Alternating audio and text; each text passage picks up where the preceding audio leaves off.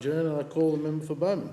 Deputy Speaker, you hear all sorts of things in these chambers, don't you? I mean, just yesterday a Labor Party, or what is left of the great Labor Party, trying to erode human rights in our immigration policy. Today we have a Labor member lauding the Maths and Science Olympiad the day after they double the help fees for people who choose to study science and maths. And so I say, Deputy Speaker, they will be saying thank you, Member for Bruce, for the adjournment speech, but why are you doubling my help fees? They'll be saying, why are you hitting us with a carbon tax? And when you send us overseas to Estonia to go and be engaged in the wonderful pursuits of maths and science, where they only pay $1 per person per year for a carbon tax, when they get home, they'll say thank you for the adjournment speech, but they'll say, when are you getting rid of the carbon tax? Let me remind Deputy Speaker that after the next election, when this tax is repealed, we will see where members on the other side sit when we need to make that decision. Will they quiver and shrivel with what is left of the Greens, or will they come across and vote with the new government and say that this tax was one big fat mistake?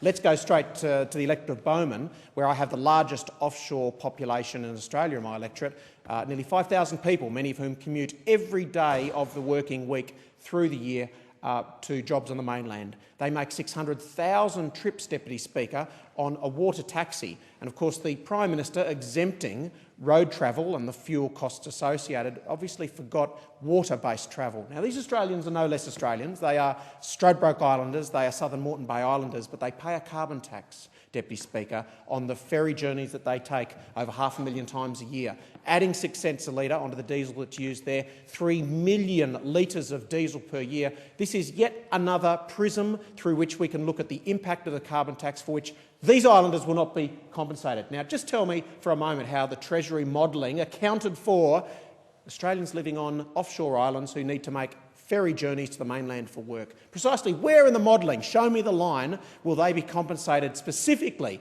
over and above for the transport costs that they face? These are not wealthy Australians. They live in a household of average $260,000 household, compared with $400,000 on the mainland. They are lower income earners. There are more seniors who are in the workforce. There are more people with slightly larger families than on the mainland. And most importantly of all, a large number of people who are trying to find work moving off the islands to do so, where of course the only hope of a lot of employment exists.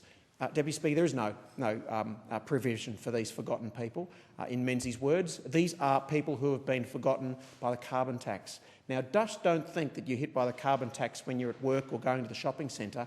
Let's also remember the very important work done by the New South Wales and Victorian governments on the impact of the carbon tax on hospital beds, no less. And we've got the New South Wales government, and don't say they can't add up just because they had a Labor government that preceded them that racked up a debt.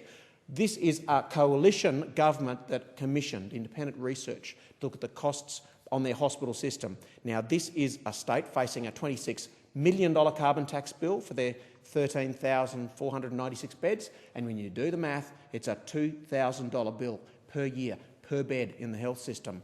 Extrapolated to Queensland, where the power prices are only slightly less, thanks to the Bligh government that preceded the one we have now, we are looking at my 174-bed Redland-based hospital paying, hang on, wait for it, more than $250,000 a year in carbon tax, for goodness sake. My local hospital that cares for the ill and the most vulnerable, where does that money come from?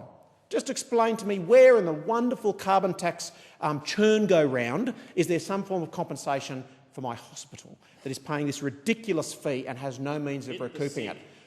Does the Labor government propose that we have a boom gate and charge for parking? I mean, does the Labor government suggest that we reduce some services or have no more outreach to the community? No, they don't. There's money going into this, money going into that, but nothing to help us run the hospital or to compensate for those costs. Now, this is just another example. Wherever you go, from June 1, you will find a coalition member of parliament fighting against this evil and insidious tax. This is not a tax that bears any resemblance to predecessors in other countries. This is not a tax that has caused any other nations to follow in our path. This is simply a post-election conception by a Prime Minister who had all the choice in the world whether or not to introduce a carbon tax. What she said before the election is what she wanted to do after. And she was not in any way compelled to do this by the Greens. She could have raised her hands and said, you know what, I made a promise to the people. But that is something she never did. She turned to the Greens and said, now we're in, let's change it all, let's get on with what we really want to do. And that's why, at that moment, wherever you go, Australians will tell you At that moment, she wrote her political obituary.